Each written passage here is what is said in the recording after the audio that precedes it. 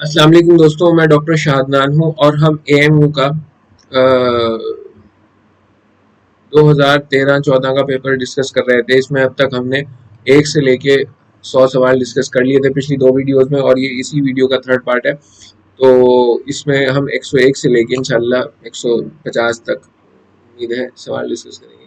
चलिए दोस्तों शुरू करते हैं। Question number 101, which of the following is true statement for curling ulcer. देखिए दोस्तों, कर्लिंग अल्सर क्या होता है? कर्लिंग अल्सर के बारे में आपको पता होना चाहिए कि कर्लिंग अल्सर जो है ये रिजल्ट बर्न के नतीजे में बनता है। किसके? बर्न के नीचे नतीजे में। कहाँ बनता है? ये इंटरनल बॉडी में बनता है, एक्सटर्नल नहीं बनता। इसमें क्या होता है दोस्तों, ये मैं बता दूं आपको, ये ज्यादातर जो अल्सर बनता है ये स्टमक में या फर्स्ट पार्ट ऑफ ड्यूडेनम में बनता है। कहाँ? स्टमक में या फिर फर्स्ट पार्ट ऑफ ड्यूडेनम।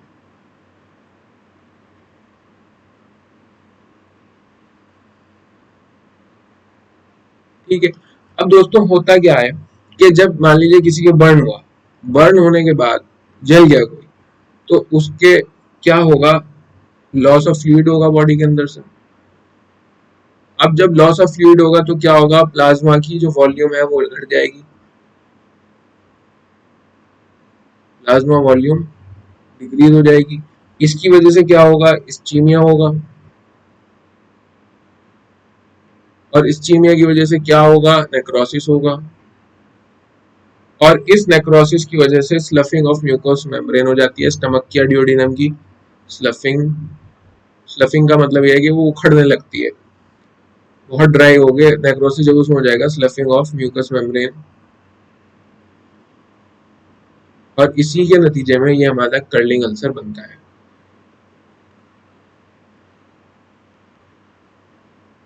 ठीक है। अब क्या दे रखा? It is a type of stress ulceration of stomach and duodenum. बिल्कुल ठीक बात है, यही ऑप्शन बिल्कुल ठीक है। लेकिन चलिए अगले ऑप्शंस भी हम पढ़ लेते हैं। It is an ulcer produce by result of pressure necrosis. नहीं, प्रेशर नेक्रोसिस से नहीं बनता। ये दरअसल जो है मैंने आपको बता दिया कि इस्चीमिया होगा प्लाज्मा वॉल्यूम कम होने की वजह से, प्लाज्मा वॉल्यूम कम होगी लॉस ऑफ फ्लूइड की वजह से, और लॉस ऑफ फ्लूइड बर्न की वजह से होगा, जिसकी वजह से बनता है। तो ये गलत हुआ। It is a type of mouth ulceration. नहीं, ये माउथ में नहीं होता, ये जो है म्यूकस मेम्ब्रेन ऑफ स्टमक या फर्स्ट पार्ट ऑफ ड्यूडेनम में पाया जाता है। External ulcers on the body surface result of burn. देखिए ये भी इसमें कंफ्यूज करने के लिए डी पॉइंट रखा गया था, लेकिन ये एक्सटर्नल अल्सर्स की बात कर रहा है बर्न के बाद, लेकिन ये कर्लिंग अल्सर जो है ये एक्सटर्नल नहीं होता। Question number 102, which of the following is a true condition of metabolic acidosis. देखिए जब एसिडोसिस होता है, डायबिटिक कीटोएसिडोसिस हो या फिर कोई सा भी एसिडोसिस हो, तो एसिडोसिस में क्या होता है कि बॉडी जो है वो एसिडिक हो जाती है। अब एसिडिक जब बॉडी हो जाती है तो एसिड को न्यूट्रलाइज करने के लिए आपको पता है कि ब्लड का जो पीएच है वो एल्कलाइन है। अब क्या करेगी वो? H प्लस आयंस बॉडी के अंदर हो जाते हैं, तो इन H प्लस आयंस को न्यूट्रलाइज करने के लिए बॉडी को क्या चाहिए होता है? ये वाला आयन। और ये कहाँ से मिलता है? कार्बन डाइऑक्साइड से। तो बॉडी को ज्यादा से ज्यादा कार्बन डाइऑक्साइड चाहिए होती है, और उसमें वो क्या करती है कि रेस्पिरेशन रेट जो है ना वो बढ़ जाता है, और खूब deep respiration, respiration rate and depth of respiration दोनों ही बढ़ जाते हैं। क्यों? क्योंकि वो ज्यादा से ज्यादा कार्बन डाइऑक्साइड जाएगी, कार्बन डाइऑक्साइड से ये CO3 नेगेटिव आयन बनेगा, H प्लस को न्यूट्रलाइज करेगा। बॉडी ये चाहेगी कि जो एसिडोसिस हो गया है इसको जल्दी से जल्दी न्यूट्रलाइज किया जाए, और उसकी वजह से रेस्पिरेशन रेट जो है वो भी बढ़ जाएगा, और डेप्थ ऑफ रेस्पिरेशन जो है वो भी बढ़ जाएगी। क्वेश्चन नंबर 103, टंग के कार्सिनोमा की सबसे ज्यादा कॉमन जगह। देखिए भाई, ये टंग होती है, इसके कार्सिनोमा जो है वो सबसे ज्यादा ये लेटरल मार्जिन पे होता है। इसका आंसर है 103 का बी। 104 की अगर बात करें, proximal ulna fracture and radial head. ये भाई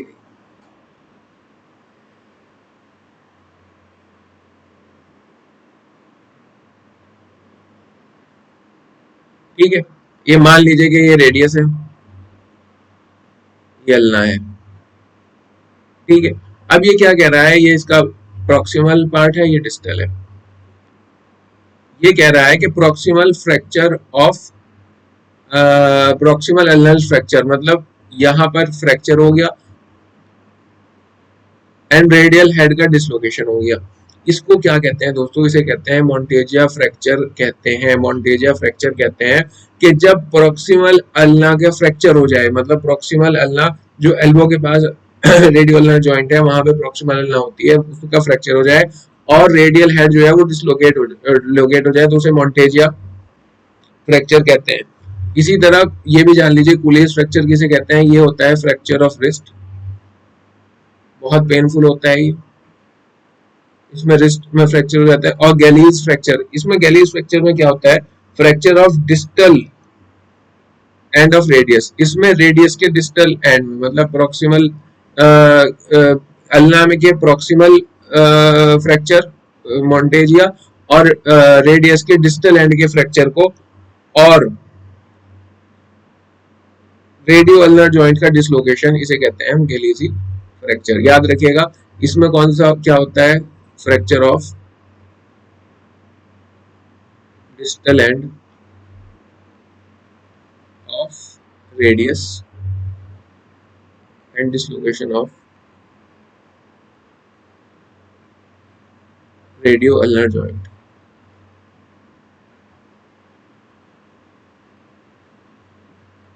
कौन सा वाला रेडियो अल्नर जॉइंट, डिस्टल वाला, ठीक है, इसे हम कहते हैं गैलेजी फ्रैक्चर। ठीक है, चलिए आगे बढ़ते हैं। क्वेश्चन नंबर 105, इस्लामिक पीरियड का कौन सा जर्रा आलाते जराही का मुहज्जिक कहा जाता है। देखिए जो हमारे यहाँ यूनानी में सबसे बड़ा जर्रा यानी सर्जन वो था अबुल कासिम जहरावी। देखिए ज़करिया जी अबू अली, इसमें डी ऑप्शन दे रखा है। इसने एक किताब लिखी थी ज़करिया राजी ने, जिसका नाम था किताबुत तसरीफ,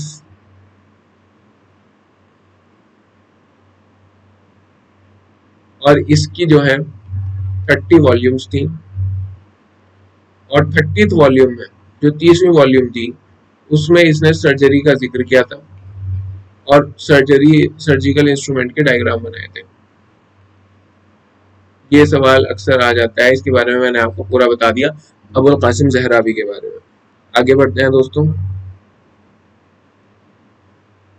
question number 106, fracture of humerus में किस आसाब के मजरू होने की इम्कानात है, कि अगर ह्यूमरस के अंदर फ्रैक्चर हो गया तो कौन सा आसाब मजरू होगा, ये भी देख लीजिए दोस्तों।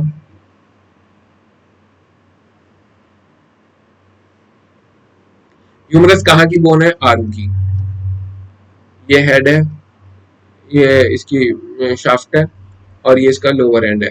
तो इसमें क्या है, एक्सिलरी नर्व, रेडियल नर्व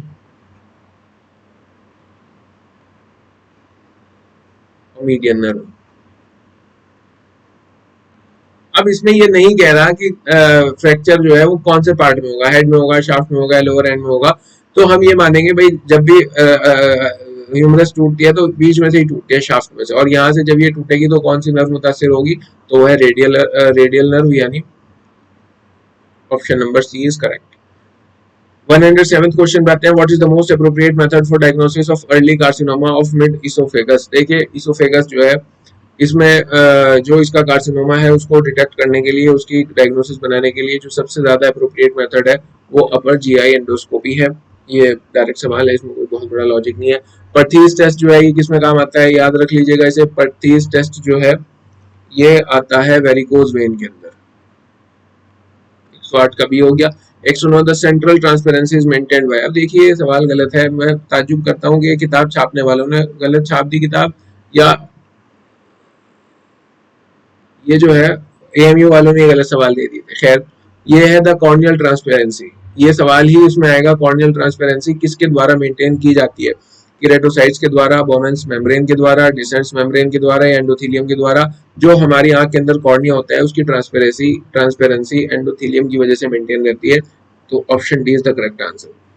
110 पे आते हैं, the posterior urethra is best visualised by. देखिए यूरेथ्रा दो पार्ट है, एंटीरियर और पोस्टीरियर। एंटीरियर की अगर बात की जाए तो ये नॉर्मल सिस्टोग्राम या यूरेथ्रोग्राम से पता लग जाता है, लेकिन अगर हमें पोस्टीरियर वाला पार्ट देखना है तो इसके लिए क्या देंगे, कंट्रास्ट सॉल्यूशन देंगे, और फिर उसके बाद जो साइटोग्राम किया जाएगा उसे हम कहेंगे वॉइडिंग साइटोग्राम। और पोस्टीरियर यूरेथ्रा को देखने के लिए यही सबसे अच्छा मेथड है, यानी option C is the correct answer. अब क्वेश्चन नंबर 111 था, palatine tonsil receive its arterial supply from all of the following except. देखिए पैलेटाइन टॉन्सिल जो है ये सवाल पूछ रहा है कि कहाँ से इसको जो है मिलता है आर्टेरियल सप्लाई। तो इसके लिए हमें पता होना चाहिए कि पैलेटाइन टॉन्सिल्स को कौन कौन कहाँ से मिलता है। देखिए इसमें जो देती हैं फेशियल,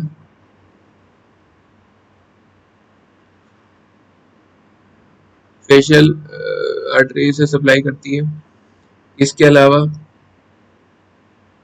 असेंडिंग पैलेटाइन सप्लाई करती है इसे।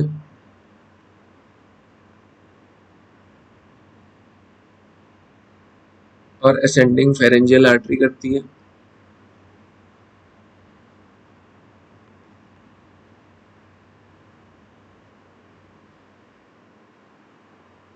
चार आर्टरी से करती हैं, 1 2 3, और चौथी है डॉर्सल लिंगुअल करती है। अभी कह रहा है कि पैलेटाइन टॉन्सिल जो है अपनी आर्टेरियल सप्लाई इसे मिलती है सिवाय किसके। देख लीजिए फेशियल भी करती है, असेंडिंग पैलेटाइन भी करती है और डॉर्सल लिंगुअल भी करती है। तो कौन सी नहीं करती? स्फिनोपेलेटाइन, यही इसका करेक्ट आंसर है। और स्फिनोपेलेटाइन किसे सप्लाई करती है? ये करती है लिटिल एरिया ऑफ नोज को।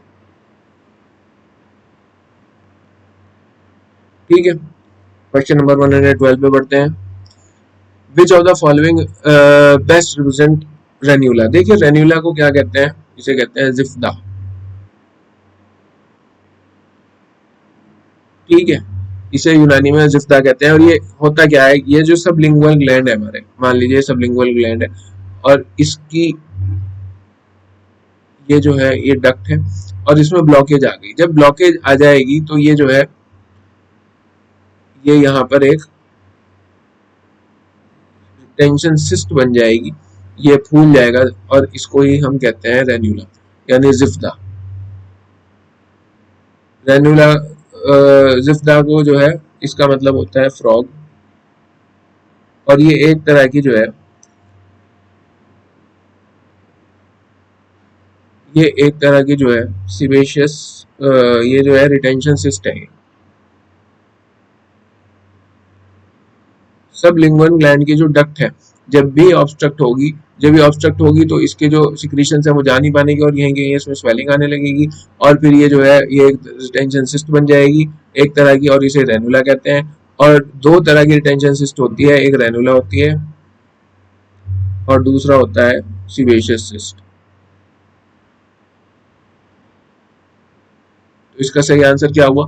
विच of the following represent ranula type of epulis thyroglossal cyst? नहीं, ये cystic swelling in the floor of mouth. Sublingual होता है, ये मैंने बता ही दिया था। सबलिंगुअल में सबलिंगुअल ग्लैंड की जो डक्ट है जब उसके अंदर ऑब्स्ट्रक्शन होता है तो फिर वो जो सिस्ट बनती है उसे रेनुला कहते हैं। अब आता है question number 113। One 13-year-old boy with sudden onset of scrotal pain. On examination, the testis is enlarged and tender.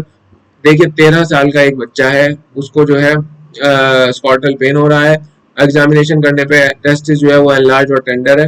Which of the following is most appropriate? इसे हुआ क्या है सबसे पहले ये जान लीजिए। इस बच्चे को जो है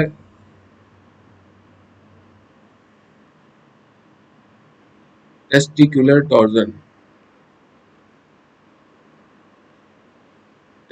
टॉर्जन हो गया है और ये जो है राइट साइड में ज्यादा कॉमन होता है और ये एक तरह की इमरजेंसी होती है। अगर ये 6 घंटे के अंदर अंदर सही नहीं हुआ, इसमें 6 घंटे इंतजार किया जाता है या मैनुअली इसे सही करने की कोशिश की जाती है और अगर ये सही नहीं हुआ तो फिर इसका इमीडिएट एक्सप्लोरेशन करा जाता है। क्वेश्चन नंबर 113 का A is the correct answer.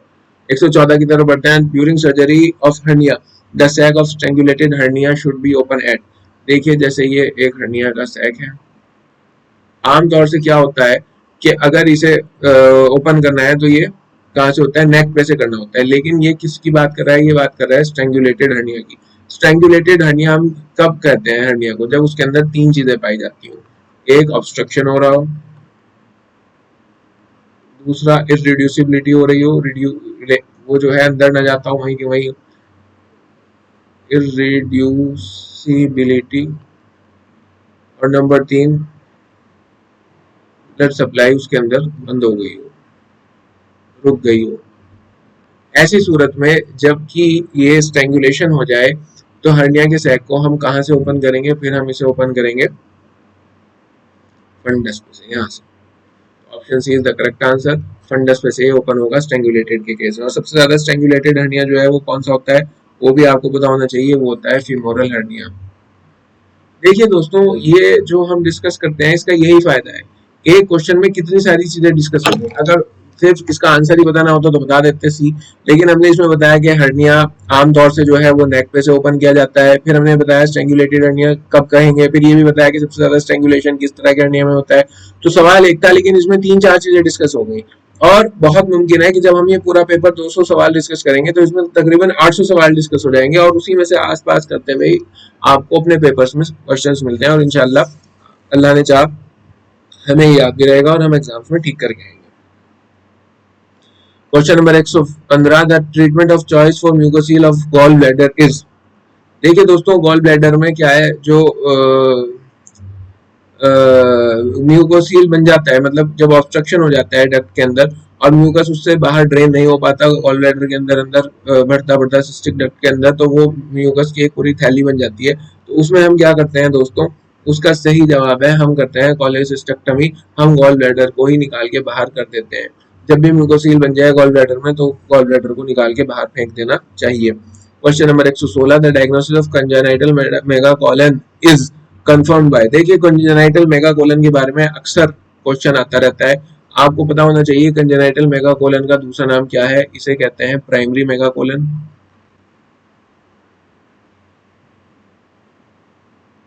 या फिर इसे कहते हैं हर्षस्प्रंग डिजीज। ये कंजेनाइटल डिजीज होती है, और इसके अंदर होता क्या है कि congenital absence of plexus in colon. जो कोलन की समम्यूकोजा होती है उसके अंदर जो दो तरह के प्लेक्सस आमतौर से पाए जाने चाहिए थे वो नहीं पाए जाते, और जब वो नहीं पाए जाते तो जो इसकी कोलन है वो डायलेट हो जाता है। डायलेट होने की वजह से इसको जो है कंजेनिटल मेगाकोलन, प्राइमरी मेगाकोलन या स्प्रंग डिजीज कहते हैं इसको। और इसके अगर हमें पता लगाना है, डायग्नोसिस करना है, तो क्या है clinical feature, barium enema, rectal biopsy और रेक्टोसिग्मोइडोस्कोपी। तो इसका सही आंसर है रेक्टल बायोप्सी। इसके लिए हमें रेक्टल बायोप्सी करवानी पड़ती है इस डिजीज की डायग्नोसिस के लिए। बात करते हैं निट्रस ऑक्साइड की, NO। ये कलरलेस ओडरलेस गैस होती है। क्या है ये दोस्तों? ये पोटेंट एनाल्जेसिक है और वीक एनेस्थेटिक एजेंट है। ये अच्छी खासी एनाल्जेसिक है, दर्द को कम करती है, और वीक एनेस्थेटिक एजेंट भी है। मतलब ये एनेस्थीसिया का जो इफेक्ट है इसके अंदर वो वीक तरह से इसमें पाया जाता है। Question number 118, which of the following is depolarising muscle relaxant. अब देखिए दोस्तों, ये याद ही करना पड़ेगा कि इनमें से कौन सा पोलराइजिंग है, कौन सा नॉन पोलराइजिंग है। पेनक्यूरोनियम ये पोलराइजिंग है। सेक्सामिथोनियम इसे सुसिनाइल,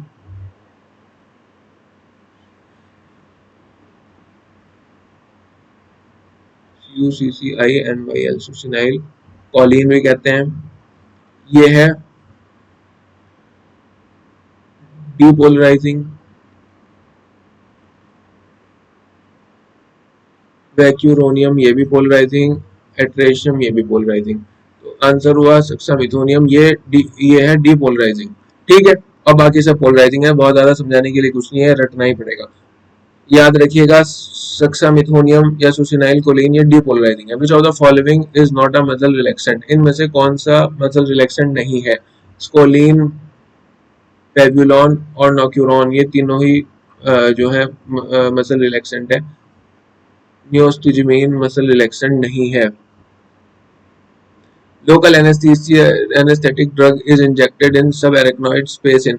जो लोकल एनेस्थेटिक ड्रग सब एरेक्नॉइड स्पेस में इंजेक्ट किया जाता है, कहाँ किया जाता है? इसका सही जवाब है दोस्तों स्पाइनल एनेस्थीसिया के दौरान ये दिया जाता है। Accident ड्यूरल puncture is a complication of, जो ड्यूरल पंक्चर हो जाता है ये किसकी कॉम्प्लिकेशन है, ये है एपिड्यूरल एनेस्थीसिया। जब एपिड्यूरल एनेस्थीसिया दिया जाता है तो इसमें अक्सर क्या होता है, क्या हो सकता है, इसके अंदर ड्यूरल पंक्चर हो सकता है। एपिड्यूरल एनेस्थीसिया इसके अंदर एक्सीडेंटल ड्यूरल पंक्चर ये होने की संभावना अक्सर रहती है। कीटामीन इज अ कंट्राइंडिकेशन ऑफ, कीटामीन सबसे पहले जान लीजिए कीटामीन क्या है। उम्मीद है कि पता हो आपको कि कीटामीन क्या है। ये स्लो एक्टिंग आईवी एनेस्थीसिया है, स्लो एक्टिंग आईवी एनेस्थीसिया। ये क्या है ना, जब माइनर सर्जरीज की जाती हैं तब अक्सर कीटामीन आईवी के जरिए दे दी जाता है, लेकिन ये कॉम्प्लिकेशंस इसके ज़्यादा हैं। ठीक है, इसमें बहुत क्या नाम, बहुत ज़्यादा सचेत रहना पड़ता है कि इसमें नहीं दिया जाता, एमआई में नहीं दिया जाता, और जिसके किसी के पेस मेकर लग रहा हो उसके नहीं दिया जाता, शॉक की हालत में नहीं दिया जाता। तो इसका सही जवाब हुआ है यहाँ पे शॉक। 123 पे आते हैं, which of the following is non depolarising muscle relaxant. हमने पढ़ा था पोलराइजिंग मसल रिलैक्सेंट कौन सा था, सक्सामिथोनियम हम ऊपर पढ़ चुके, और नॉन पोलराइजिंग मसल रिलैक्सेंट इसका सही जवाब है बी, एट्राक्यूरियम। ये याद ही कर लीजिए, मैंने सही बता रहा हूँ, मैंने खुद ये कभी नहीं पढ़ा कहीं पोलराइजिंग नॉन पोलराइजिंग, ये बस याद ही, क्योंकि बहुत बार ये पेपर कर लिया तो याद हो गया, तो बस उसी तरह याद हो गया। इसी तरह आप भी कर लीजिए। 124 मशहूर और मारूफ फलसफी अफलातून के शागिर्दों में सबसे जलील कद्र फलसफी व तबीब कौन सा गुजरा है। अफलातून अफलातून अफलातून आज तक भी कितना मशहूर है, लोग कहते हैं बहुत बड़ा अपने आप को अफलातून समझे, बहुत बड़ा आदमी अफलातून रहा होगा। खैर, इसका जो सबसे बड़ा शागिर्द रहा है वो अरस्तु रहा है। 124 का सी, ये मुझे उम्मीद है पता होगा, बहुत ही आसान सवाल था। 125 अरेबिक जुबान में लिखी जाने वाली तिब की पहली किताब कौन सी है। इसका जवाब है दोस्तों फिरदौसुल हिकमत, जिसे कहते हैं पैराडाइज ऑफ विजडम। ये अरबी जबान में लिखी जाने वाली पहली हिकमत की किताब है, और इसे लिखा था किसने, इसे लिखा था रब्बान तबरी ने। ठीक है, आगे बढ़ते हैं। इब्ने सीना का जमाना हयात कब से कब तक है। इब्ने सीना कब पैदा हुए थे, ये पैदा हुए थे इब्ने सीना साहब 980 में और मरे हैं 137 में। कहाँ पैदा हुए थे, अफसान। अफसान एक शहर है ईरान के अंदर। अभी अगर आपने न्यूज़ सुनी होंगी, इसराइल ने इसी शहर में बॉम्बिंग की है ईरान के, तो न्यूज़ में काफ़ी था ये अफसान। तो ये 980 से 137 के बीच में पैदा हुए थे। ऑप्शन में दे रखा है 960 से 1037, 890 से 937, 1070 से 1160 और नन ऑफ द अबव। तो इसका आंसर हुआ नन ऑफ द अबव, क्योंकि ये पैदा हुए थे 980 से 1037 तक। यानी कितने साल जिए देख लीजिए, 20 साल ये और 37 साल ये, 57 साल में इन्होंने इतने बड़े बड़े कीर्तिमान स्थापित कर दिए शेखुर रईस साहब ने। ठीक है, 980 से 1037 तक ये जिए।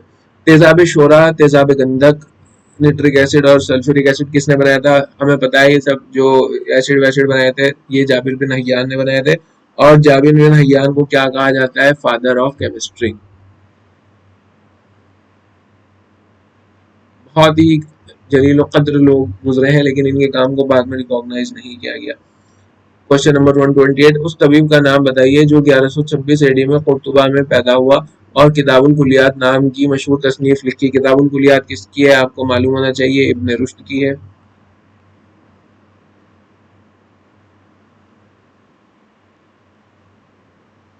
सही जवाब हुआ इसका इब्ने रुश्द।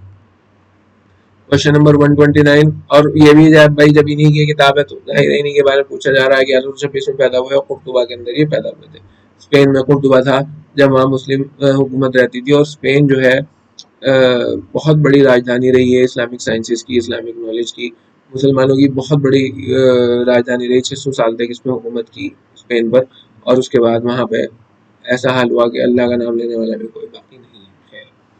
129, कुव्वत तबैया की तकसीम अव्वल क्या है। और ये सब हमारी बदअमालियों का नतीजा है। ठीक है, अल्लाह ताला उसी को हुकूम दे और इज्जतें देता है जो उसके आगे सर झुकाता है, उसकी बातों पे चलता है, और जब वो खत्म हो जाए तो सिर्फ इसलिए कि मेरा नाम अदनान है तो मुझे इज्जतें मिलेंगी, ऐसा नहीं हो सकता। खैर, 129 कुव्वत तबैया की तकसीम अव्वल क्या है? कुव्वत तबैया, देखिए कुव्वत तबैया, कुव्वत तबैया, इसकी दो किस्में होती हैं।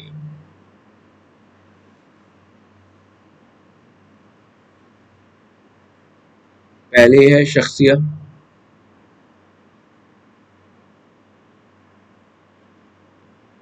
शख्सिया, और दूसरी है तनासुलिया। ठीक है, अब ये इसमें कहीं ऑप्शन ही नहीं दे रखा। हाफजा, बासरा, हासिरा, हासिया, मुरक्कबा, गाजिया, नामिया, मासिका, दाफिया, तो अब फिर आएगा, लेकिन शख्सिया की फिर दो आगे इसमें। शख्सिया की कौन कौन सी हैं? शख्सिया की हैं गाजिया और नामिया, और ये ऑप्शन नंबर सी में दे रखा है, तो यही इसका सही जवाब है, ये यही पूछना चाह रहा होगा। क्वेश्चन नंबर 130, कुव्वत हैवान में कुव्वत मनफाइला क्या है? देखिए दोस्तों, कुव्वत हैवानिया की अगर बात की जाए, कुव्वत हैवानिया, इसका जो मरकज है अज़ुए रईस है, वो कल्ब है, और इसको भी दो पार्ट में हम डिवाइड करते हैं,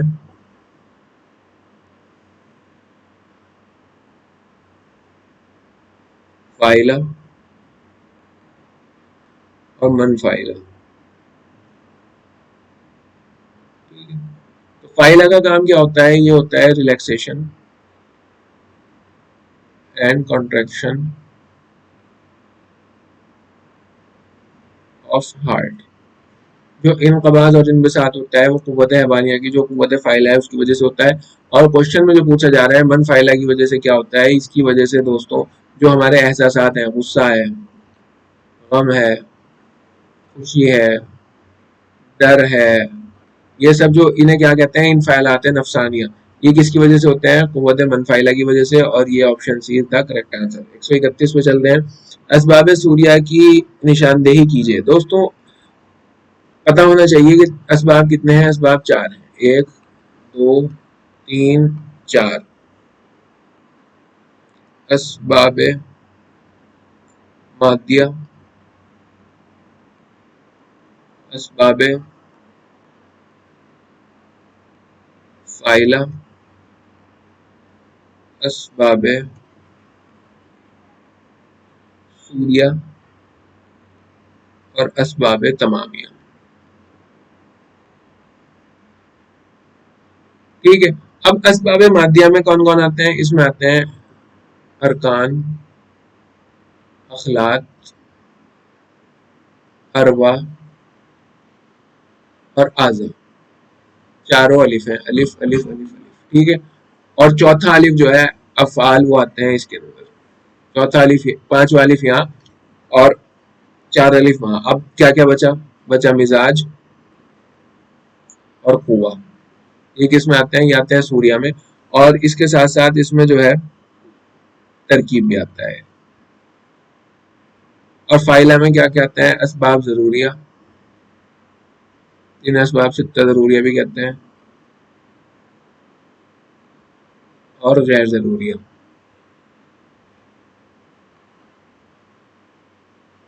ठीक है, तो अब इसमें क्या क्या पूछ रहा है? सूर्या की निशानदेही करें। सूर्या में कौन कौन से हैं? मिजाज, मिजाज, कुव्वा और तरकीब। तो इसमें दे रखा है मिजाज और कुव्वा, 131 का A is the right answer. चलिए 132 में बढ़ते हैं। आजा के एतबार से किस्म फ़ौकुल कुव्वा का क्या मिजाज है? देखिए, फ़ौकुल कुव्वा,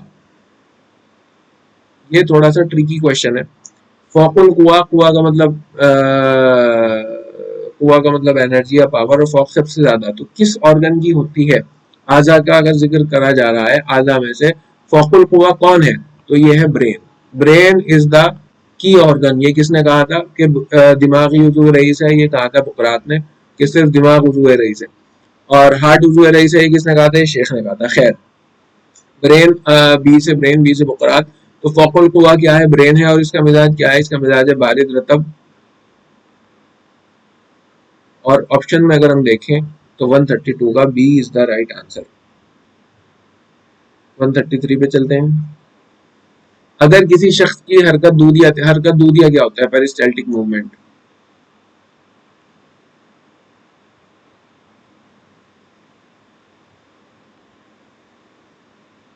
पेरिस्टाल्टिक मूवमेंट तेज तेज है और बीपी कम है, तो क्या उसका मिजाज क्या होगा? देखिए दोस्तों, बीपी ज्यादा होने के लिए क्या चीज जरूरी है? रतूबत।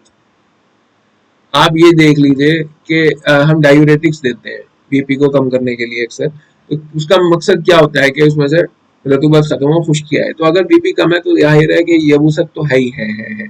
और साथ में ये क्या बता रहा है कि हरकत दूधिया तेज है और बीपी कम है, तो इसका सीधा सीधा ये बन रहा है कि इसका मिजाज जो है वो बारिद याबिस होगा। 133 का D is the right answer. 134 पे चलते हैं। मंदरजा झेल में शराइत तग़िज़िया क्या है? इन चार में से पूछ रहा है कि तग़िज़िये के लिए कौन सी शराइत है? मुतवाज़न ग़िज़ा का लेना, ठीक बात है भी। कैफियत के एतबार से ग़िज़ा का अच्छा होना, ये भी अच्छी बात है। कैफियत में ग़िज़ा और बदन का मोतदिल होना, तीनों ही बातें ठीक है, ठीक है। लेकिन अब इनमें से सबसे अच्छी बात कौन सी है कि कैफियत में ग़िज़ा और बदन जब मोतदिल होंगी तो तभी वो ग़िज़ा बदन का हिस्सा बनेगी। तो यही इसका राइट आंसर है 134 का सी। ये इस तरह के क्वेश्चन थोड़े परेशान करने वाले और ट्रिकी क्वेश्चन होते हैं, लेकिन अब अच्छी बात यह है कि ये आने बंद हो गए। अब बहुत ही स्टैंडर्ड क्वेश्चन, कंसेप्चुअल क्वेश्चंस आने लगे हैं और इस तरह के क्वेश्चन आने बंद हो गए। मुझे खुशी है कि जो बच्चे पढ़ते हैं कंसेप्चुअल, जिनकी नॉलेज अच्छी है तो वो उसको कर देंगे। 135 अहले हिंद के मिजाज की इस जिन्स के तहत बयान किया गया है। देखिए दोस्तों, ये कह रहा है पूरे अहले हिंद का मिजाज जो है वो किस जिन्स के तहत बयान किया गया है। इसमें देखिए मिजाज मोतदिल तिब्बी नोई, मिजाज मोतदिल सनफी खारजी, मिजाज मोतदिल तिब्बी सनफी दाखिली। अब सबसे जरूरी बात यह है कि क्योंकि पूरे इंडिया की ये बात कर रहा है, पूरे इंडिया के लोगों के जो मिजाज की अफसानियत है तकरीबन एक सा ही है, कुछ अलग है, तो वो हम किस उसके अंदर इसे एक्सप्लेन करेंगे? तो हम इसे जो है, इंडिया जो है पूरी की पूरी एक सिंफ है, ठीक है। जैसे चाइना एक सिंफ है, अमेरिका एक सिंफ है, ब्रिटेन एक सिंफ है, तो इसी तरह ये एक सिंफ है। नो ही तो नहीं है ये। अब या तो खारिज होगा या दाखिल होगा। खारिज का मतलब क्या होता है? टोटल तमाम के तमाम पर जो वो लग जाए उसूल, वो खारिज में आएगा। तो इसका आंसर ये हुआ मिजाज मोतदिल तिब्बी सनफी खारजी। अब आता है क्वेश्चन नंबर 136। अकलीम चाहरुम को अकलीम पंजुम पर कोई फौकियत हासिल नहीं है, ये किसका स्टेटमेंट है? देखिए, जैसे ये अकलीम का नजरिया दिया गया था, ये अर्थ को बांटा था, ये खत इस्तिवा था यानी इक्वेटर, और फिर इसे 7 अकलीमों में बांटा गया था और ये दोनों लड़ने लगे थे। कौन कौन? शेख रईस तो ये कह रहे थे कि जो यहाँ रह रहा उसका मिजाज सबसे ज्यादा मोतदिल है, और ये कह रहे थे राजी साहब के जो चौथी पे रहते हैं, और ये भी इसमें थे। राजी साहब जो है उनका नजरिया ये था कि जो चौथी पे रहते हैं वो सबसे मोतदिल है, और ये कहते थे इब्ने सीना साहब ये जो पहली पे रहे वो सबसे ज्यादा मोतदिल है। तो जब इनकी लड़ाई चल रही थी तो इब्ने इसमें जो है कौन आ गए बीच में घुस के? इब्ने रुश्द साहब भी आ गए। इब्ने रुश्द साहब ने कहा ऐसा है, ये चौथी पांचवी करना बंद करो, और ये इन्होंने एक अपनी नई स्टेटमेंट जारी कर दिया और इन्होंने कहा अकलीम चारों को अकलीम पंजुम पर कोई फौकियत हासिल नहीं है। ये इनकी लड़ाई में कह के भाग गए। अब ये दोनों इसी कंफ्यूजन में रह गए कि इस बात का क्या मतलब था। खैर, ये कह के चले गए, तो इसका सही आंसर हुआ 136 का सी। सीने नमू के कितने दर्जात होते हैं? देखिए दोस्तों, सीने नमू जो 1 साल से 30 साल तक का दर्जा होता है, किसी ने इसे 1 साल से 25 साल तक का भी रखा, इसमें जो है कितने दर्जे होते हैं? 5 दर्जे होते हैं। तो इसका सही आंसर बी है। मैं आपको ये भी बता दूं कि सीने नमू की अगर बात की जाए तो सीने नमू को सीने हदासित भी कहते हैं। सीने हदासित, ठीक है। और इसके 5 कौन कौन से हैं देख लीजिए भी। पहला इसमें आता है तफूलत,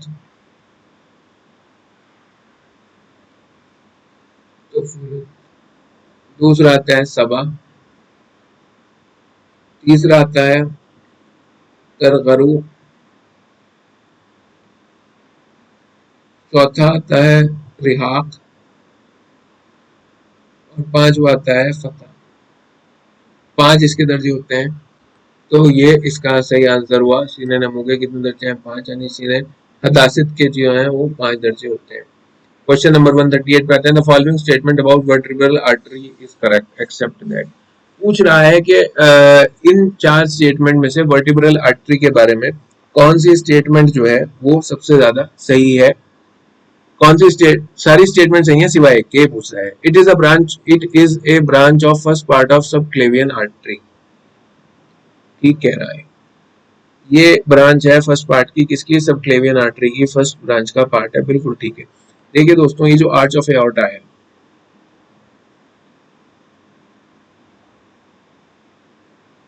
ठीक है, तो यहाँ पे जो है ये निकलता है ब्रेकियोसेफेलिक प्लेक्सस, और फिर इसके अंदर से निकलती है,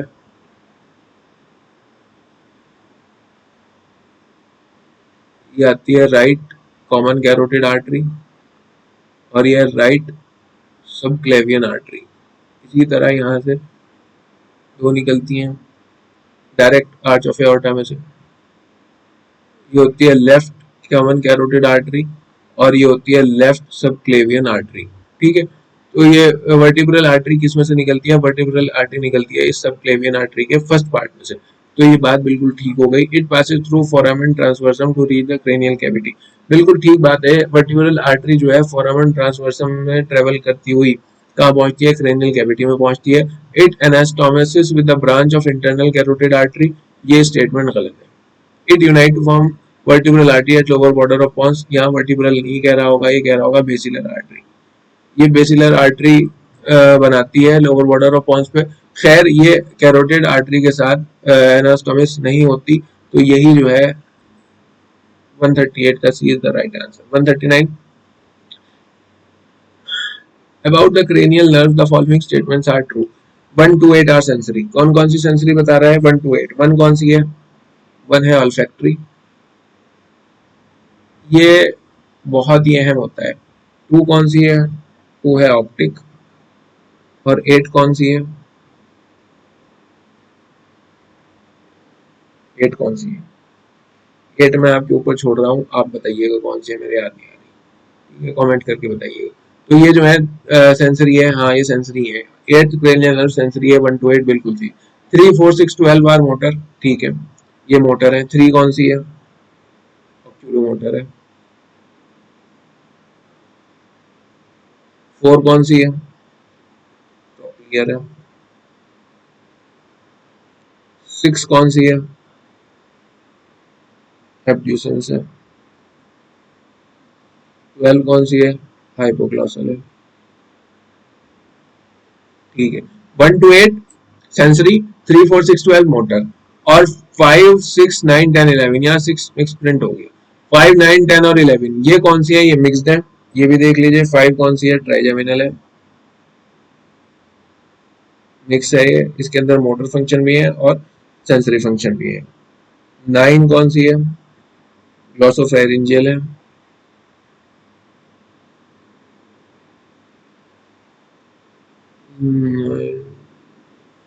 10th कौन सी है, वेगस है, और 11 कौन सी है, एक्सेसरी है। तो ये मिक्स्ड है। तो ये तीनों ही स्टेटमेंट सही है। All are bilateral represented in the cortex. अब देखिए दोस्तों, ये वाली स्टेटमेंट गलत है, तो सही आंसर इसका डी हो गया। लेकिन ये भी जान लीजिए क्यों गलत है। देखिए ये जो 12 पेयर ऑफ क्रेनियल नर्व्स हैं, इसमें से 1 2 जो है ये कहाँ से निकलती हैं, फोर ब्रेन यानी cortex, cortex. 3 4 midbrain, 5 to 8 pons, और 9 to 12 मेडुला। तो ये जो कह रहा है all are bilateral present in the cortex, गलत है। कॉर्टेक्स में सिर्फ 1 और 2, 1 और 2 यानी ऑल्फैक्टरी और ऑप्टिक नर्व जो है यही कॉर्टेक्स में प्रेजेंट करेंगी, सब नहीं करती। खैर क्वेश्चन नंबर 140 पे चलते हैं। The parotid gland is supplied by the following nerve. Parotid gland किस नर्व से सप्लाई किया जाता है, ये रटने का ही है, इसमें कोई बहुत ज्यादा समझाने का नहीं है। ये जो है ग्लोसोफेरिंजियल से सप्लाई होता है, इसका B is the correct answer. एक बात, ये पैरोटिड ग्लैंड जो है ये ड्रेन किसके द्वारा होता है, ये होता है स्टेनसन्स डक्ट के द्वारा ड्रेन होता है, ठीक है। 141, with the following are the branches of basilar artery except. देखिए बेसिलर आर्टरी की अगर बात की जाए तो इसकी ब्रांचेस क्या क्या है ये याद कर लीजिएगा। 5 ब्रांचेस बेसिलर आर्टरी की होती है। नंबर 1 पे आती है इसमें एंटीरियर इंफीरियर सेरिबेलर,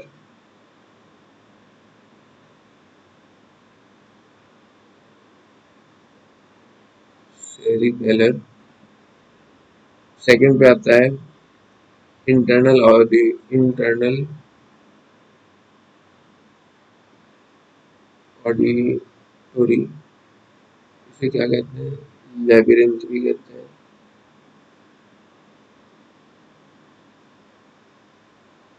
थर्ड पे आता है पॉन्टाइन। फोर्थ पे आता है सुपीरियर सेरिबेलर।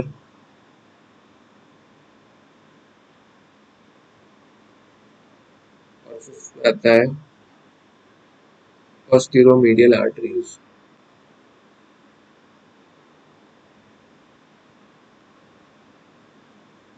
अब देख लीजिए पॉन्टाइन आर्टरीज दे रखा है, हाँ है। Anterior inferior cerebellar, anterior inferior ये भी है। पोस्टीरियर इंफीरियर ये नहीं है। सुपीरियर सेरिबेलर ठीक है, तो इसका C answer is the correct one. 141 का हो गया सी। 142 पे आते हैं। The oculomotor nerve supply the following except. देखिए इसमें एक जो है ना एक रूल लगता है कि जो मसल्स हैं आईज की, उसमें क्या रूल है, उसमें होता है LR6 SO4 R3। यानी ये जो लेटरल रेक्टस है,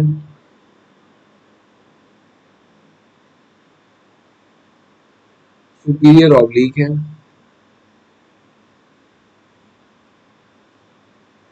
और ये रेस्ट है। तो इसको क्या सप्लाई करती है लेटरल रेक्टस को?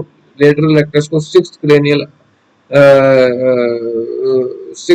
क्रेनियल नर्व सप्लाई करती है। और सिक्स क्रेनियल नर्व कौन सी है? एब्ड्यूसेंस। फोर्थ कौन सी है? एसओ सुपीरियर ऑब्लिक को कौन सी करती है? कॉक्लियर। और बाकी सब मसल्स को करती है थर्ड, और थर्ड कौन सी है? ऑक्यूलोमोटर। तो ये कह रहा है कि सबको ऑक्यूलोमोटर सप्लाई करती है एक्सेप्ट इन दोनों में से जो भी होगा वो इसका सही आंसर होगा। Levator palpebrae superioris inferior oblique ciliaris muscle और लेटरल रेक्टस। लेटरल रेक्टस आ गया क्योंकि लेटरल रेक्टस को सप्लाई कौन करता है? लेटरल रेक्टस को सप्लाई करते हैं सिक्स क्रेनियल नर्व जो कि एब्ड्यूसेंस है। तो इसका सही आंसर हुआ 142 का डी। 143 पे आते हैं about the midbrain. Midbrain के बारे में, it is true except it contain third and fourth cranial nuclei. देखिए हमने क्या बताया था पहले आपको कि 1-2 कहां से निकलता है? 1-2 क्रेनियल नर्व कहां से निकलती हैं? ये निकलती है फोर ब्रेन से। और 3-4 कहां से निकलती हैं? मिड ब्रेन से। दोबारा बता दूं, 5-8 कहां से निकलती हैं? पॉन्स से। और 8-12 कहां से, 9-12 कहां से निकलती हैं? मेड्यूला से। तो ये कह रहा है कंटेन 3 एंड 4 क्रेनियल न्यूक्लियाई। ठीक है, 3 और 4 तो जो है मिड ब्रेन होते हैं, बिल्कुल ठीक। ट्यूमर और हेमोरेज में cause hydrocephalus due to blockage of cerebral aqueduct. ये भी ठीक। It connects midbrain with the forebrain. ये भी ठीक।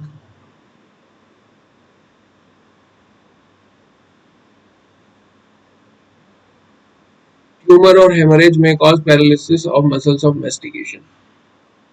अगर इसका जो है ट्यूमर या हेमरेज हो जाए तो ये मसल्स ऑफ मेस्टिकेशन को पैरालाइज कर देगा। ये बात गलत है, तो सही आंसर इसका हुआ यही D is the correct answer. क्यों? क्योंकि मसल्स ऑफ मेस्टिकेशन जो है वो किसके द्वारा सप्लाई की जाती है? वो मैंडिबुलर के द्वारा सप्लाई की जाती है, मैंडिबुलर के द्वारा। और मैंडिबुलर किसकी ब्रांच है? मैंडिबुलर ब्रांच है ट्राइजेमिनल नर्व की।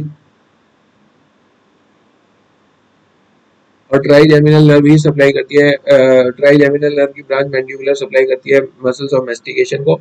और मसल्स ऑफ मेस्टिकेशन जो है या ट्राइजेमिनल नर्व जो है ये कहाँ से निकलती है? ये निकलती है पॉन्स में से।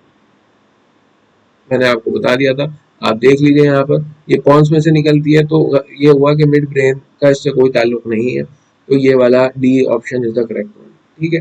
और ये जो ये है सेरिब्रल एक्वेडक्ट, इसको भी जान लीजिए क्या है, थोड़ा सा इसके बारे में बता दूंगा आपको। सेरिब्रल एक्विडक्ट या फिर इसका दूसरा नाम क्या है, सिल्वियान एक्विडक्ट,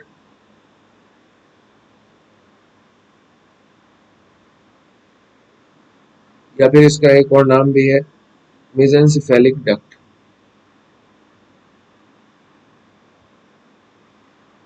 ये जो है मेसेनसिफेलिक डक्ट।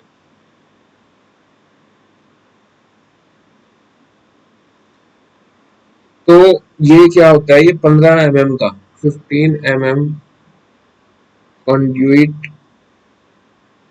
ऑफ CSF यानी सेरेब्रोस्पाइनल फ्लूइड का कंड्यूइट है, that connect third ventricle to fourth ventricle.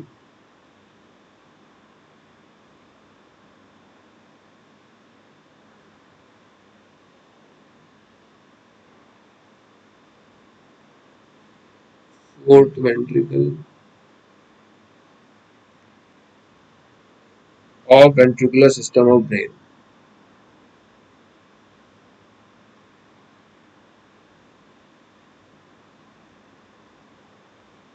और ये कहाँ पाया जाता है, ये पाया जाता है मिड ब्रेन के अंदर। ठीक है। क्वेश्चन नंबर 144 पे आते हैं, the following muscle is supplied by radial nerve. Radial nerve के द्वारा कौन सी मसल सप्लाई की जाती है, इसका आंसर है टेरिस माइनर। 144 का जो है ये हो गया बी। 145 का देख लीजिए, the following statement regarding heart are correct except. Heart के बारे में कौन सी सारी स्टेटमेंट सही है एक के अलावा। तो देखिए, it is supplied by coronary arteries, बिल्कुल ठीक बात है, ये कोरोनरी आर्टरी के द्वारा ही सप्लाई जो है ये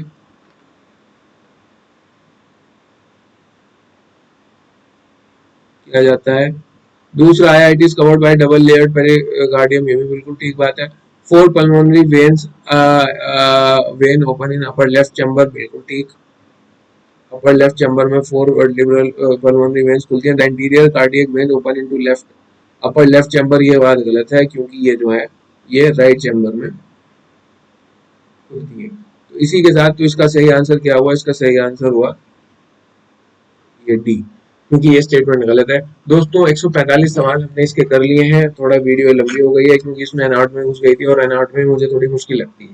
खैर, जहां तक हो पाया मैंने आपको समझाया, बाकी आप इस बारे में क्या सोचते हैं, और अगर आप चाहते हैं कि किसी इसमें एडवांसमेंट लाया जाए तो मुझे ज़रूर बताइएगा। और उम्मीद है कि आपको फ़ायदा हो रहा होगा इससे। बाकी चैनल को सब्सक्राइब करिए और शेयर करिए, ठीक है। एक वीडियो में इंशाल्लाह जो बाकी के सवाल हैं वो हम कंप्लीट कर देंगे और मोस्ट प्रोबेबली वो कल या परसों में अपलोड कर दूंगा। All the best for AIPGT और ऑल द बेस्ट जिस भी एग्जाम की आप तैयारी कर रहे हैं। अल्लाह हाफिज़।